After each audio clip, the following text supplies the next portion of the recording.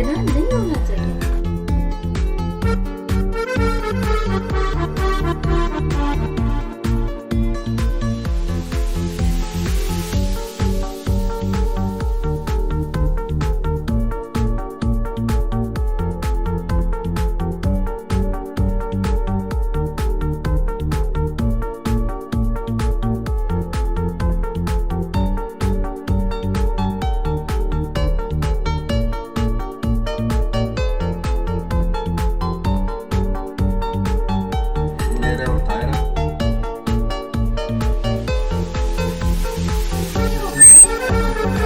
Hello hi and अस्सलाम वालेकुम। वो तमाम खूबसूरत समातें जो शक चिल्तन FM 88 की live exclusive and very clear transmission सुन रही हैं, उन तमाम खूबसूरत समातों को मेरी जानिब से दिल की गहराइयों से खुश आमदीद। एक मरतबा फिर जी आपके साथ एक स्पेशल प्रोग्राम के साथ, स्पेशल गेस्ट के साथ और एक स्पेशल टॉपिक के साथ दोबारा हाजिर हैं। वक्त हुआ है 1:47 और दिन है आज मंडे का।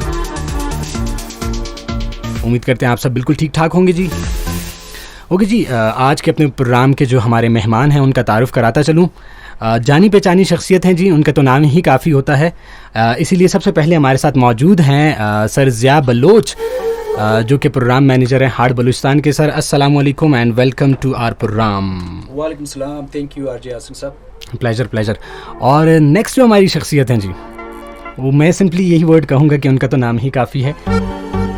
बलूचिस्तान में सिर्फ और सिर्फ अपने नाम से और अपने काम से पहचानी जाती हैं, none other than madam Razia Sultana. अस्सलाम वालेकुम। वालेकुम अस्सलाम। कैसी हैं आप? खैरियत से मैम? ठीक ठाक, तबीयत ठीक है आपकी?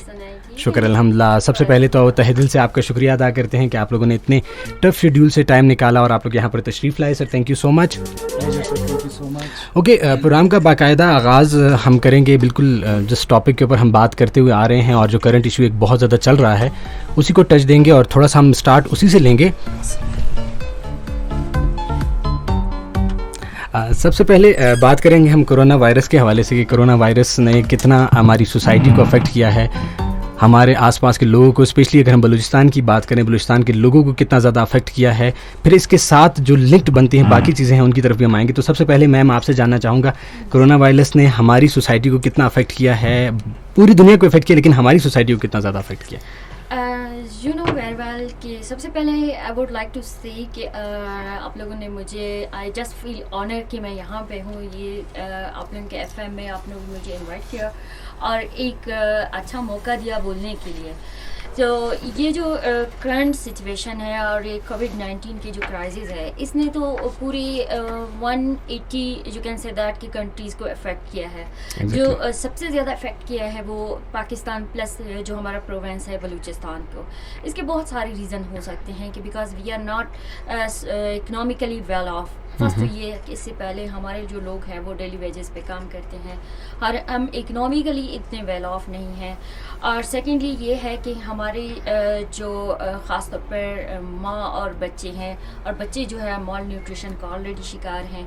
डेली वेजेस वाले जो है इकनॉमिकली जब ये लॉकडाउन की वजह से उनका सिस्टम सारा डाउन हो गया तो वो घर में बैठे हैं और इसकी वजह से कहीं प्रॉब्लम्स ऑलरेडी क्रिएट हो गया। Like you can say that कि डोमेस्टिक वायलेंस भी आ गया बीच में और भी बहुत सारे इशू आ गए। तो ये सारे इशू जो हमारे साथ पहले से थे हम लेके चल रहे थे और ऊपर से एक पैंडेमिक आ जाए तो आप क्या कह सकते हैं कि मतलब कितना उस पर ज़्यादा इफेक्ट, इश्यूज डबल हो जाते हैं, उनकी जो है इफेक्ट्स डबल हो जाते हैं, ट्रिपल। तो वो जो एक वर्स कंडीशन है वो और वर्स होता गया। तो अब बात ये है कि एक तो ये है कि हम इतने वेल एजुकेटेड नहीं हैं। हम जैसे अपने कौम, अपने नेशन को जो अवेयरनेस दे और मीडिया पे जो मैंने खुद इनसे कई दफ़ा कहा कि जब ये वहाँ से स्पेन और आप कह सकते हैं मुख्तलिफ कंट्री से जब ये ईरान पहुंच गया तो मैंने कहा कि अल्हम्दुलिल्लाह इस टाइम पाकिस्तान में एक भी केस नहीं है। तो you have to take care of yourself कि आपको मतलब जो प्रिकॉशंस है इन सब को फॉलो करना है। लेकिन उस वक्त भी लोगों को यही लगा कि मे बी ये कोई रूमर है, मे बी ये एग्जिस्ट ही नहीं करता। तो अब जो करंट सिचुएशन है वो कैजुअलिटीज़ भी हम देख रहे हैं और इस वक्त 77% क्वेटा में जो हमारे केसेस हैं वो भी सबके सामने हैं। मतलब ज़्यादा ऑलमोस्ट लोग इफ़ेक्टेड है और कैजुअलिटीज़ भी इसमें बहुत ज़्यादा हो रहे हैं। इवन दैट के बच्चों पे भी इसके असरात आ रहे हैं और वहाँ भी ये सब कुछ नज़र आ रहे हैं। exactly. तो एक बहुत यू कैन से दैट कि एक बहुत बड़ा क्राइसिस है। तो इसमें हमारी भी कोताहियाँ हो सकती है। सेकेंडली ये है कि हम इतने वेल एजुकेटेड नहीं हैं जो चीज़ों को उस तरीके से समझ सके, और दूसरी बात जो हम सोशली इतने वेल ऑफ भी नहीं हैं कि इस चीज़ का मुकाबला कर सके। डेली वेजेस पे काम करने वाले डेफिनेटली जब उसका काम बंद होता है तो वो घर बैठ जाता है, जब घर बैठ जाता है तो उसके पास कोई काम करने के लिए होता नहीं है, और जहाँ पे पॉवर्टी रेट और रेशो जब बिलो होता है अपनी लाइन से तो वहाँ पे जाहिर सी बात है कि फिर वो तशद्दुद का सिलसिला भी शुरू होता है, वायलेंस का भी होता है, लोग नेगेटिविटी की तरफ ज़्यादा चले जाते हैं। Definitely. बिल्कुल। Okay, thank you so much ma'am. और हम बढ़ते हैं ज़िया साहब की तरफ। सर आपसे मैं यही सवाल पूछूंगा, जैसे कि मैम ने भी बात की कि पॉवर्टी रेट भी बढ़ जाता है, फाइनेंशियली भी बहुत सारे लोगों को इश्यूज़ होते हैं। इस हवाले से गवर्नमेंट ऑफ पाकिस्तान ने जो एक स्टेप उठाया था उसके हवाले से आप क्या कहेंगे, उसकी डिटेल में भी थोड़ा सा हमें आप बता दें आप। सर दरअसल बात ये कि अगर पूरे पाकिस्तान में देखें, जैसे ये कोरोना पॉजिटिव केसेस पाकिस्तान में आ गए तो उसमें जो एहसास इमरजेंसी कैश वो जो फेडरल गवर्नमेंट की तरफ से अनाउंस किया गया, उसमें मतलब है कि सर अगर आप देखें फिर we really appreciate that efforts के उन लोगों ने पाकिस्तान जो एक डेवलपिंग कंट्रीज़ है और इतना जल्दी उन लोगों ने एक मतलब अच्छा खासा अमाउंट जो इस के लिए फिक्स किया गया, जो हर ख़ानदान को कम से कम कोई 12,000 रुपीज़ वो उनका रजिस्ट्रेशन का तरीका कि वो SMS भेज के फिर उनका रजिस्ट्रेशन होता है। तो फिर वी रियली अप्रिशिएट गवर्नमेंट के उसने इस तरीके से, लेकिन इट्स नॉट इनफ, ये इनफ नहीं है। हम गवर्नमेंट ऑफ पाकिस्तान से और बलूचिस्तान गवर्नमेंट से यही रिक्वेस्ट करते हैं कि देखिए ये एक ऐसा था कि पूरे बलूचिस्तान स्पेशली पूरा लॉकडाउन था, और बलूचिस्तान के अगर जियोग्राफिकल लिहाज से आप बलूचिस्तान को देखें कि वो मतलब है कि पाकिस्तान का 14% है पूरा जियोग्राफिकल लिहाज से, तो वो लोग दूर दराज इलाकों में रहते हैं, उन लोगों को इन चीज़ों का अवेयरनेस नहीं था। जैसे आज हम लोग एक रेडियो एक अवेयरनेस सेशन कर रहे हैं जिसमें आपका आवाज़ और उजाला नेटवर्क हार्ट बलूचिस्तान मिलके एक अवेयरनेस कैंपेन चला रहे हैं, वो थ्रू बैनर और आपके आर्टिकल्स और रेडियो ताकि दूर दराज के लोगों को ये पता चले। और उसके साथ साथ हम गवर्नमेंट को ये कहते हैं कि वो उस तरीके से इन चीज़ों को आगे लेकर जाए ताकि वो नीडी लोग हैं उनको ये मतलब इजीली एक्सेस और मिले। ओके, अच्छा, इसके साथ साथ अगर हम फीमेल्स के इशू के ऊपर बात करें, क्योंकि कोरोना ने सब चीज़ों को ही अफेक्ट किया है, सबसे इंपॉर्टेंट चीज़ अगर हम बात करें, क्योंकि हम कोशिश यही करेंगे जो हमारे मैन टॉपिक्स हम उन्हीं को हिट कर सकें। स्पेशली फीमेल्स के हवाले से बहुत सारे फीमेल्स के ऐसे इशू हैं जिस लॉकडाउन की वजह से फीमेल्स जो हॉस्पिटल तक नहीं पहुंच सकती। अगर सबसे बड़ा इशू मैं एक बात करूं प्रेगनेंसी के हवाले से, तो लॉकडाउन की वजह से हॉस्पिटल्स बंद थे, सब कुछ बंद था, तो गवर्नमेंट ऑफ पाकिस्तान ने कुछ ऐसा स्टेप उठाया या हमारी ऑर्गेनाइजेशन ने कुछ ऐसा स्टेप उठाया कि उनको डोर टू डोर ही वो फैसिलिटी मिल जाए, घर पर ही उनके डॉक्टर्स आ सकें या कुछ हो सके। इस हवाले से सर अगर थोड़ा सा आप या मैडम हमें गाइड कर दें।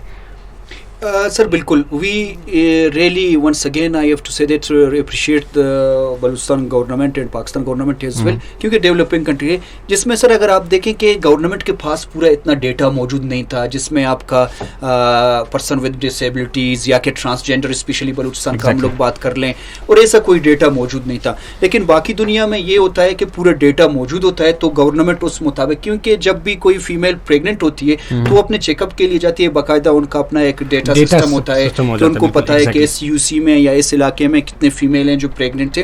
तो हम थ्रू इस रेडियो शो के गवर्नमेंट को रिक्वेस्ट करते हैं और specially health department of Balochistan को रिक्वेस्ट करते हैं कि जो फीमेल प्रेग्नेंट है उनके डोर स्टेप तक उनको फैसिलिटीज दिया जाए। उसमें यह था कि आप किसी एम्बुलेंस को वहाँ पे बैठ सकते हैं जिसमें सारे इक्विपमेंट्स और फैसिलिटीज मौजूद हो, या उसके साथ जो लेडी डॉक्टर्स होते हैं वो मतलब है कि वहाँ पे जाकर उनको वो जो मतलब है कि डेली अपना जो जिस टाइम आप अपने डेली रूटीन चेकअप के लिए जाते थे स्पेशली प्रेगनेंसी के दौरान, तो हम ये समझते हैं कि अभी वो किसी हॉस्पिटल में जाएं, क्योंकि हॉस्पिटल्स समहाउ के कुछ ओवरलोड हो रहे हैं कि अल्हम्दुलिल्लाह बलूचिस्तान और पाकिस्तान में उस तरीके से अगर आप इटली को कंपेयर कर ले, अमेरिका या बरतानिया या ईरान को कंपेयर कर ले, अल्लाह पाक का करम रहा है कि उतना नहीं हुआ है। तो हमारी रिक्वेस्ट यही है गवर्नमेंट के, क्योंकि जब वो आ जाते एक प्रेग्नेंट वुमेन हॉस्पिटल आ जाती है और हॉस्पिटल का ये कंडीशन है तो definitely she will be in risk and her son और daughter will be in risk. So our kind request to the government his will कि वो प्रेग्नेंट वुमेन को भी, क्योंकि हम ये समझते हैं कि वुमेन के राइट्स भी है, ये this is one of the basic rights of women. अच्छा मैम, आपसे सवाल पूछना चाहूँगा स्पेशली फीमेल के हवाले से कि इस लॉकडाउन में सबसे ज़्यादा डिफ़िकल्टीज़ किस हवाले से फीमेल्स को देखने को मिली हैं? मीन्स घर पे रहकर या बाहर नहीं निकल सकते, जो वर्किंग वुमेन्स वो बाहर नहीं निकल सकती और घर पे भी रह के बहुत सारी डिफ़िकल्टीज़ उनको सामने पड़ी। तो ऐसे कौन सी मेजर डिफ़िकल्टीज़ थी जिसका सबसे ज़्यादा सामना करना पड़ा फीमेल्स को? देखिए, हमारी जो फीमेल है वो ऑलरेडी सफ़र कर रहे हैं, काफ़ी सारी डिफ़िकल्टीज़ उनके पास है, क्योंकि लैक ऑफ एजुकेशन वो अब तक अपने राइट के बारे में बात भी नहीं कर सकते कि हमारे राइट्स क्या हैं और क्या हमें मिलना चाहिए। सेकेंडली ये है कि हेल्थ के हवाले से उनको बहुत ज़्यादा डिफ़िकल्टीज़ का सामना करना पड़ा है। जैसे कि अभी बात हुई प्रेग्नेंट वेमेंस के, अगर प्रेग्नेंट वेमेंस के गवर्नमेंट अगर कोई इस टाइप का स्टेप उठाए कि वो डोर टू डोर अपने लोगों को भेज दे या एनजीओज़ की हेल्प ले ले, तो डेफिनेटली उनको पता चल जाएगा कि कितने लोग सफ़र कर रहे हैं exactly. और कितने लोगों के बच्चे सफ़र कर रहे हैं। और डोमेस्टिक वायलेशन जो एक ज़ाहिर एक बंदा जब बेरोज़गार होता है और घर बैठ जाता है और उसके बच्चे और बाकी उससे डिमांड करते हैं कि जी हमारे पास खाने के लिए कुछ नहीं है, और वो बंदा जो बेचारा उसका काम बंद है वो कुछ ला नहीं सकता, तो वो जाहिर सी बात है फिर वहाँ पे क्लैश स्टार्ट होती है और पूरे घर का माहौल जो है वो डिस्टर्ब हो जाता है। फिर वो असर सब पे पड़ने लगते हैं, उन बच्चों पे भी पड़ने लगते हैं और फीमेल पे भी तो बहुत ज़्यादा असर पड़ने लगता है, क्योंकि वो सारी घर को संभालने वाले, बच्चों को संभालने वाले वही होती है।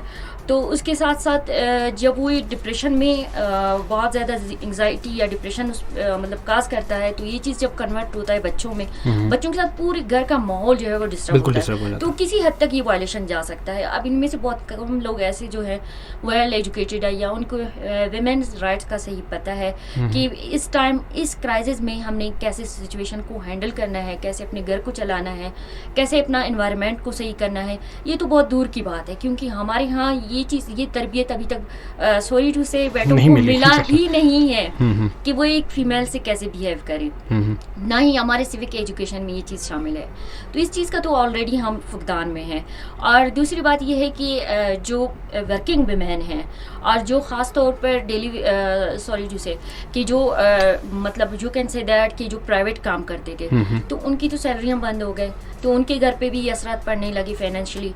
और चले गवर्नमेंट का एक अमाउंट मिलता है, मोस्टली हमारे यहाँ या तो टीचर ही हैं लोग, क्योंकि उनको एक अमाउंट मिलता है और वो एक अमाउंट एक टीचर नहीं होता, बल्कि वो एक टीचर पूरे घर को चलाने वाला होता है, पूरी फैमिली को चलाने वाला होता है। तो वो अगर, क्योंकि फिर उसमें बजट भी इंक्रीज नहीं हुए, तो वो इन चीज़ों को सफ़र करते आ रहे हैं। फाइनेंशियली जो सबसे ज़्यादा मैं जो देख रही हूँ, फैक्ट और फिगर के साथ भी मैं कह सकती हूँ, इस वक्त जो कोविड-19 ने जो इम्पैक्ट किया, जो इसका असरात है, वो हमारे फाइनेंस पे बहुत ज़्यादा इसके इम्पैक्ट हो गए हैं और फीमेल पे भी इसके इम्पैक्ट बहुत ज़्यादा हो गए हैं। आप खुद देख रहे हैं कि हर रोज़ सोशल मीडिया पे डोमेस्टिक वायलेंस के कितने केसेस आ रहे हैं, और इसके साथ साथ बच्चों के साथ भी काफ़ी सारे ऐसे you can say that sexual abusing like something that rape, तो ये चीज़ें बहुत ज़्यादा देखने को मिल रहे हैं। मतलब इसका इम्पैक्ट बहुत ज़्यादा हो गया है। मीन्स फ्रस्ट्रेशन लोग जो है किसी न किसी तरीके से निकालने की कोशिश कर रहे हैं। बिल्कुल ओके सर, अगर हम थोड़ी सी बात को और आगे बढ़ाएं तो गवर्नमेंट ऑफ बलूचिस्तान के पास या गवर्नमेंट ऑफ पाकिस्तान के पास पर्सन विद डिसेबिलिटीज़ हमारे पास बहुत ज़्यादा इतने ऐसे पर्सनस हैं, तो उनके लिए गवर्नमेंट ऑफ पाकिस्तान ने क्या कदम उठाया है, क्या इकदाम उठाए हैं उनको फैसिलिटेट करने के लिए, या हमारे पास इतना डेटा है कि हमारे पास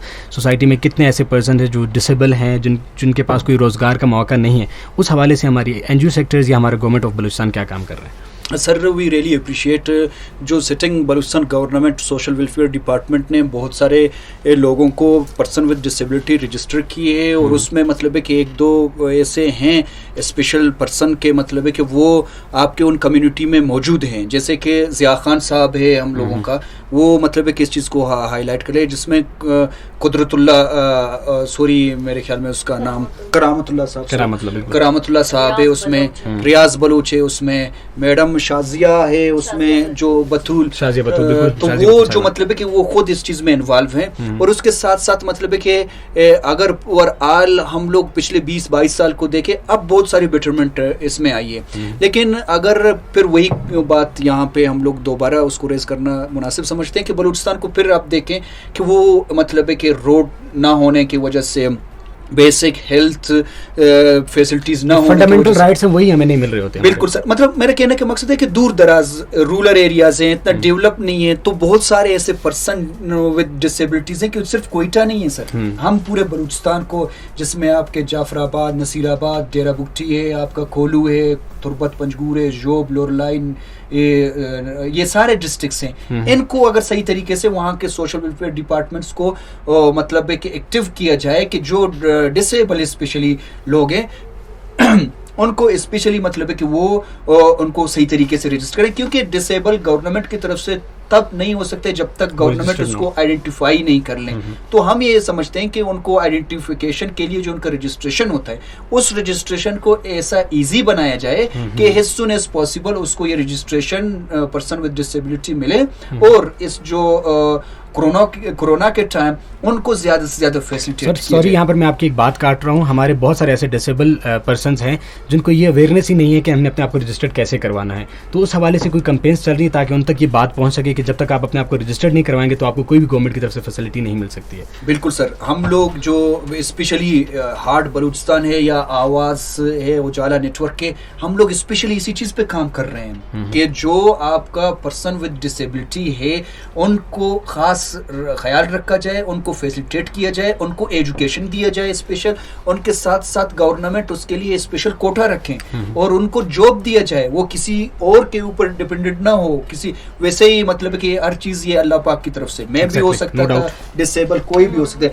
मैं ये नहीं समझता हूँ कि वो डिसेबल है, मैंने जितने स्पेशल एबिलिटीज़ में उनको कह सकता हूँ, क्योंकि जितने मैंने देखे पाए उनमें अल्लाह पाक ने वो सलाहियत रखी है कि वो उनको थोड़ा आगे लाना है, उनको अल्लाह पाक ने नेचुरल स्किल्स दिए और वो नेचुरल स्किल्स की वजह से हमें थोड़ा वो पॉलिश करने हैं और थोड़ा मतलब है कि आगे उनको लाने हैं। तो इसलिए हम लोग ये समझते हैं कि स्पेशल पर्सन जो हैं उनका रजिस्ट्रेशन इजी किया जाए और उनको फैसिलिटेट किया जाए, स्पेशली इस कोरोना के दौरान। और हम लोगों ने आवाज़ ने और आवाज़ फाउंडेशन और हार्ट बलूचिस्तान नेटवर्क, उजाला नेटवर्क के साथ हम लोगों ने यही चीज़ की सर्वे किए सर, कोई 45 to 50 डिस्ट्रिक्ट्स इन पाकिस्तान हम लोगों ने सर्वे किए कि कितने डिसेबिलिटीज़ हैं, और स्पेशली बलूचिस्तान में हम लोगों ने कोई 10 डिस्ट्रिक्ट्स लिए हैं, कोयटा के साथ 10 डिस्ट्रिक्ट्स लिए हैं, वहाँ पे हम लोगों ने सर्वे किए, जो आपका एहसास इमरजेंसी सर केस था उस पर भी हम लोगों ने सर्वे किए,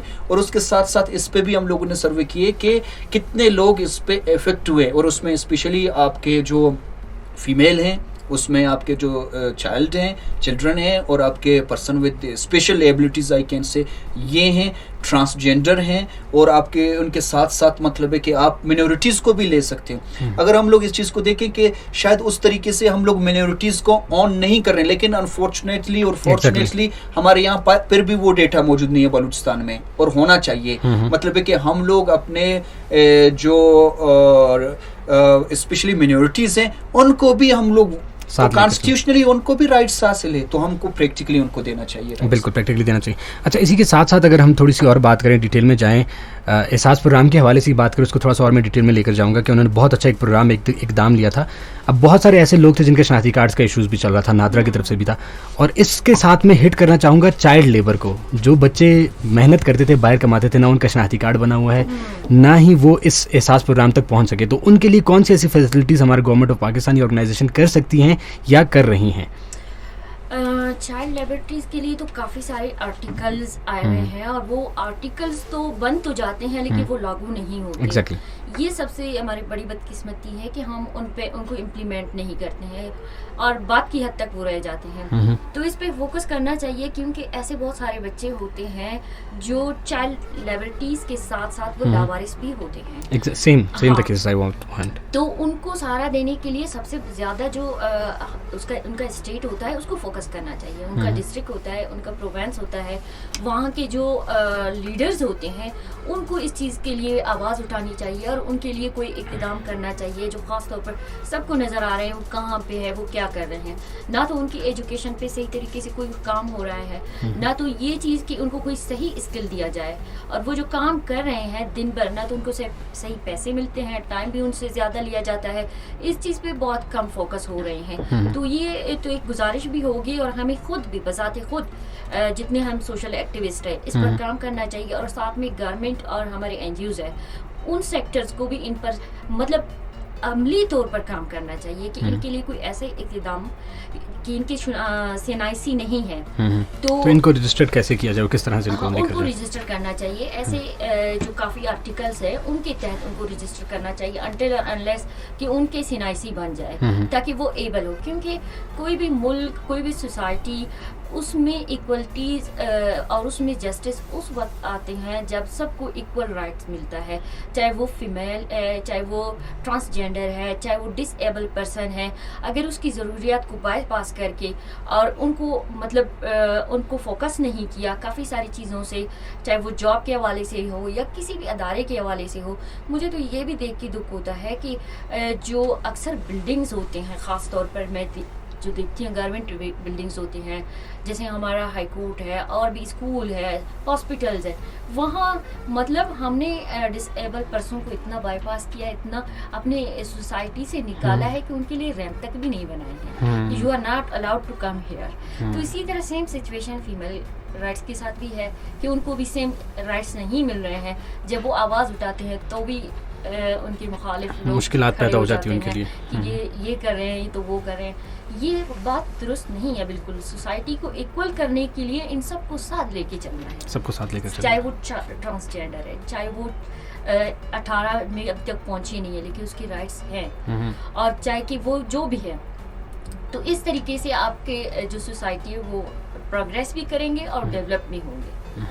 अच्छा सर, इसी बात को थोड़ा सा आगे बढ़ाता हूँ। ज़िया साहब, मैं आपसे पूछना चाहूँगा, जैसे कि हमने सबको हिट करने की कोशिश की, सबके हवाले से बात करने की कोशिश की, उसी तरह हम अगर ट्रांसजेंडर के हवाले से बात करें, government of Pakistan, government of Balochistan या हमारी NGOs जितनी भी हैं, वो ट्रांसजेंडर के हवाले से कितना काम कर रही है, उनके पास कितनी रजिस्ट्रेशन उनकी मौजूद है, ये वो रजिस्टर्ड कर रहे हैं कि नहीं कर रहे, अगर वो रजिस्टर्ड है तो उनके साथ किस तरह से फाइनेंशियली उनकी सपोर्ट की जा रही है और बाकी चीज़ों की सपोर्ट किस तरह से की जा रही है? सर, दरअसल बात ये है कि अगर हम इसको देखें कि अभी रिसेंटली सोशल वेलफेयर डिपार्टमेंट के साथ हम लोगों का इसी बात पे डिस्कशन हुआ, वो कह रहे कि अनफॉर्चुनेटली हम लोगों ने एक काफ़ी मतलब अरसे से ट्रांसजेंडर को इतना इग्नोर किए कि वो मतलब है कि अभी चाह रहे हैं कि नेशनल और इंटरनेशनल जो ऑर्गेनाइजेशंस हैं उन लोगों का इतना दबाव रहा है, और गवर्नमेंट का अपना भी विलिंग है बलूचिस्तान के और पाकिस्तान के कि वो जो ट्रांसजेंडर्स के राइट्स हैं वो लॉ बनाएं।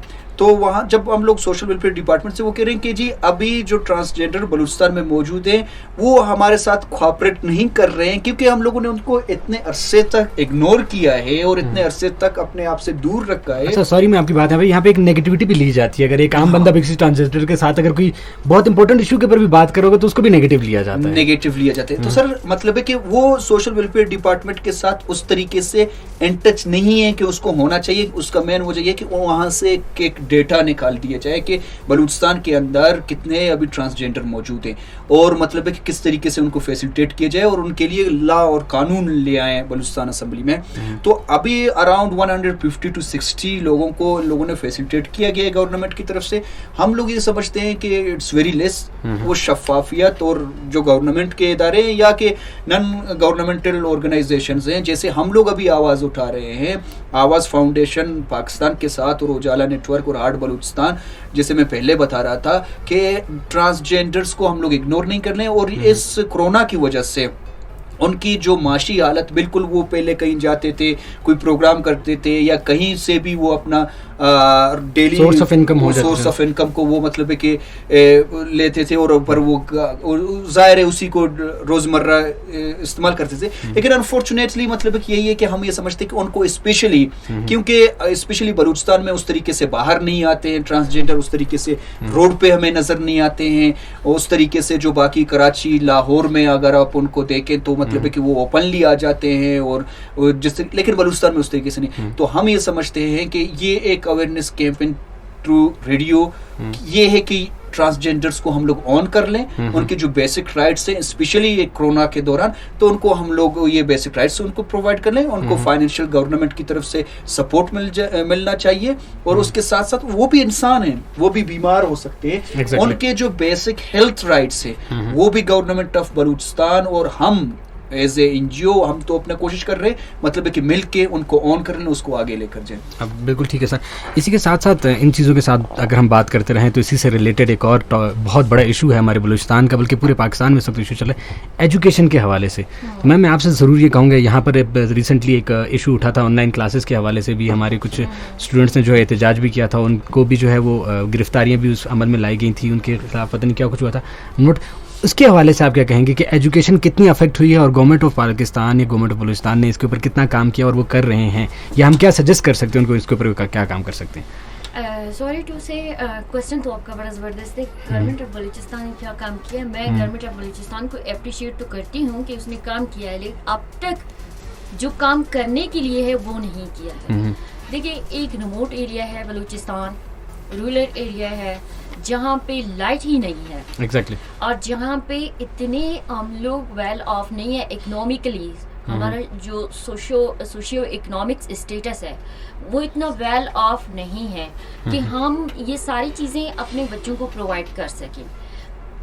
कुछ लोग कर सकते हैं जो जिनका ताल्लुक है, जैसे वो प्राइवेट स्कूलों में अपने बच्चों को पढ़ाते हैं, ये वो लोग होते हैं जो किसी हद तक सपोर्ट कर सकते हैं। बाकी रही सही जो गवर्नमेंट स्कूल के स्टूडेंट्स हैं, अब उनके पास इतने अमाउंट्स ही नहीं है कि वो एक्स्ट्रा एक एंड्रॉयड एक डिवाइस लेके अपने बच्चों को दे दे, फिर उसके लिए कनेक्शन का बंदोबस्त कर ले और फिर ये सारा सिस्टम लैपटॉप ये वो करके उनको फैसिलिटेट कर दे। और गवर्नमेंट ने अपनी तरफ से ऐसा कोई इक़्तिदाम किया ही नहीं है। किसी ने जस्ट यही कहा कि ऑनलाइन क्लासेस होनी चाहिए, लेकिन ऑन द बैकग्राउंड आप ये देखिए, आप किसी के ऊपर इम्पोज करते हैं कि आपने ऑनलाइन क्लासेस लेने हैं, लेकिन आप ये देखिए कि ऑनलाइन क्लासेस लेने के लिए दरअसल जो मेन चीज़ है एंड्रॉयड है जो भी है, क्या उसके पास है इस चीज़ का एक्सेस है? जब वो एक्सेस ही नहीं है तो वो क्लासेस अटेंड कैसे कर सकती है? Exactly, no doubt. इस चीज़ पे मतलब उन्होंने ये सिर्फ ऊपर से सरसरी एक कानून और एक सिस्टम और एक पॉलिसी इम्प्लीमेंट कर दिया, लेकिन ऑन द बैकग्राउंड उन्होंने ये नहीं देखा कि किस हद तक कामयाब है। आया उन्होंने बलूचिस्तान के लिए ये बनाया या पूरी पाकिस्तान की? चलिए, पाकिस्तान के कुछ सूबे ऐसे हैं जो ये ऑलरेडी उनके पास ये सिस्टम है, बलूचिस्तान में तो ये सिस्टम नहीं है। बलूचिस्तान के लिए सबसे पहले उनको ये पॉलिसी ऐसे ही बनाना चाहिए था जैसे कि HEC पहले कोई लैपटॉप स्कीम दे रहे थे बच्चों को और उसके साथ डिवाइसेस भी देते थे, तो वो स्कीम पहले दे देते ताकि हर एक के पास एक डिवाइसेस। और उसके बाद जो शॉर्टेज ऑफ लाइट है, इलेक्ट्रिसिटी है, इस चीज़ का भी ख्याल रखना चाहिए, क्योंकि इंटरनेट कनेक्ट होता है तो लाइट से ही होता है। जब वहाँ पे बिजली नहीं है, लाइट नहीं है, तो वो बच्चे कैसे ही अपनी क्लासेस कंटिन्यू करते हैं? तो मेरे ख्याल से ये एक कामयाब इक़्तिदाम नहीं है। तो इससे और ज़्यादा इफेक्ट हो गई एजुकेशन। एक तो कोविड-19 की वजह से उनका साल पूरा ज़ाया हो गया, और ऊपर से जो ये पॉलिसी उन्होंने इम्प्लीमेंट कर दिया और ये किसी हद तक यहाँ पे बेनिफिशियल नहीं है और मतलब फ्रूटफुल नहीं है, इससे कोई भी फ़ायदा नहीं मिल रहा है। सिर्फ आप कह सकते हैं 1% या 0.1%, तो वो तो काउंट ही नहीं होंगे एजुकेशन में। अगर इस मतलब फिर वो तबकाती निज़ाम आ जाएगा ना, कि जिसमें अगर कोई अफोर्ड कर सकती है तो वो कंटिन्यू रख रही है अपनी एजुकेशन को, और बाकी कंपटीशन में क्या आएगा कि इन बच्चों की कंपटीशन भी उन्हीं से होती है जिन्होंने अच्छी स्कूलों में पढ़ा, जिनको नेट का एक्सेस भी था, जिन्होंने ऑनलाइन क्लासेस भी लिए। अब एग्ज़ाम जब होंगे सबको एक ही हाल में बिठाया जाएगा या सबके एक जैसे ऑनलाइन पेपर्स होंगे, और उनके पास एक्सेस ही नहीं था। कल को जब ये एग्ज़ाम के लिए जाएंगे या टेस्ट के लिए जाएंगे तो सेम पैटर्न को फॉलो करना पड़ेगा। ये नहीं देखा जाता कि इसने किस हालत में तालीम हासिल की है, क्या इनका और उनका लेवल बराबर है। इस चीज़ में फिर उनको बाईपास करते हैं, तो जाहिर सी बात है इससे क्या होता है, बेरोजगारी, मायूसी, लोग डिसअपॉइंट होते हैं और मतलब सोसाइटी पे बहुत बड़ा इफेक्ट पड़ जाता है। तो इससे जो है क्या है, तरक्की के बजाय और कुछ क्लैशेस आ जाते हैं बीच में। बिल्कुल ठीक है।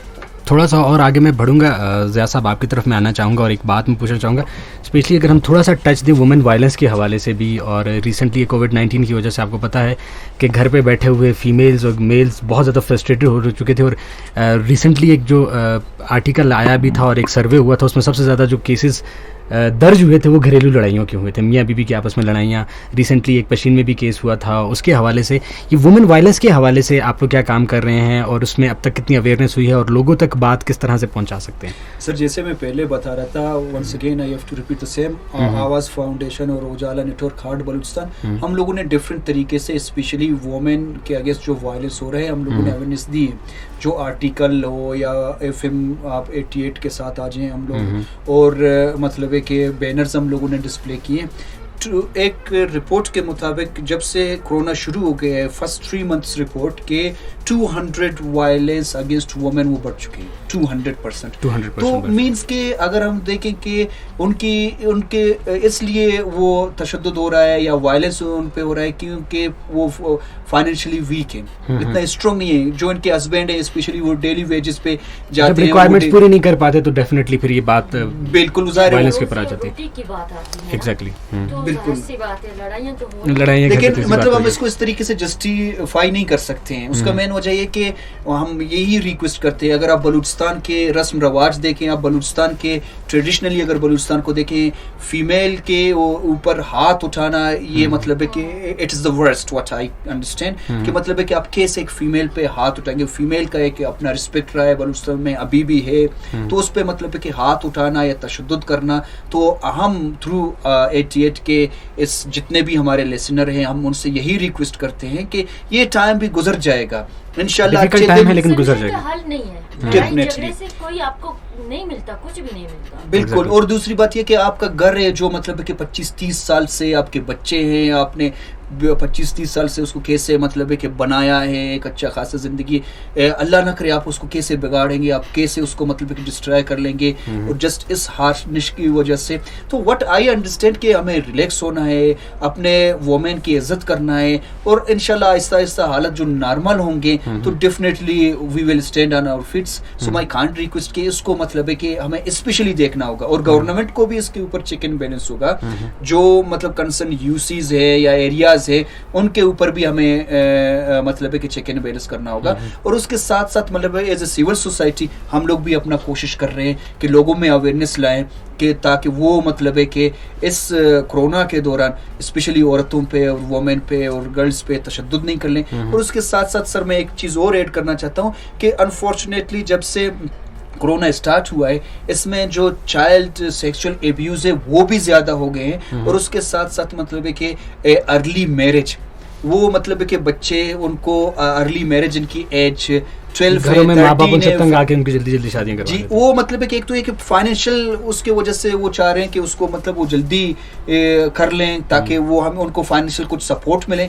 और उसके साथ साथ मतलब है कि एक चीज़ ये है कि फोर्स मैरिजेस हैं।